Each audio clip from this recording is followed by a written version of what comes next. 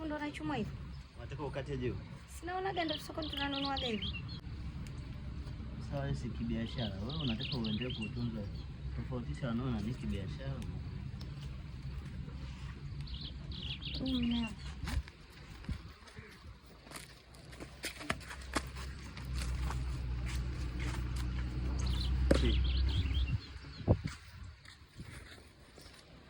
Mbona mnuki kama mnavu? Huku nishachoma hata. Inaonekana mtamu.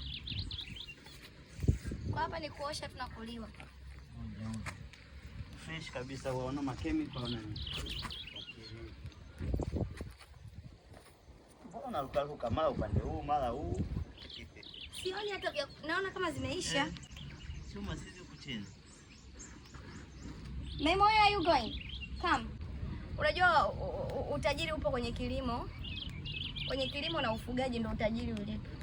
Na ndio ahadi za Mungu, baraka za Mungu ziko kwenye kilimo. Yani alisema atabariki mifugo, atabariki mashamba,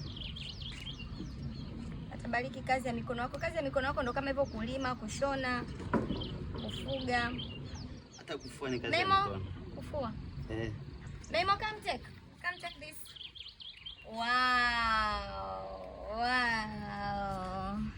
Help daddy kuchuma mboga. Help daddy kuchuma mboga. Help daddy. Say, daddy, I want to help you kuchuma mboga.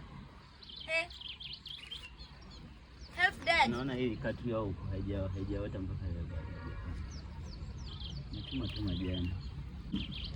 Wewe umesema tunachuma. Mbona umekaa? Yaani hapa nishachoka. Si najua nimechoka. Nimefunga baby. Nimefunga, yani hata sijiwezi. Kufunga kwa kujitangaza. Kumbe sitaki kujitangaza. Yaani kidogo umechoka, umefunga. Sasa nimekwambia wewe, kwani kuna nani nimemtangazia? Unakuwa kama wale wenzetu. Kwani nimemtangazia nani baby? Sina kwambia tu wewe hapa kwamba nimefunga. Memo. Sasa chochote unachotaka kufanya kama ndio kinakushinda, isiyo sababu ni kufunga.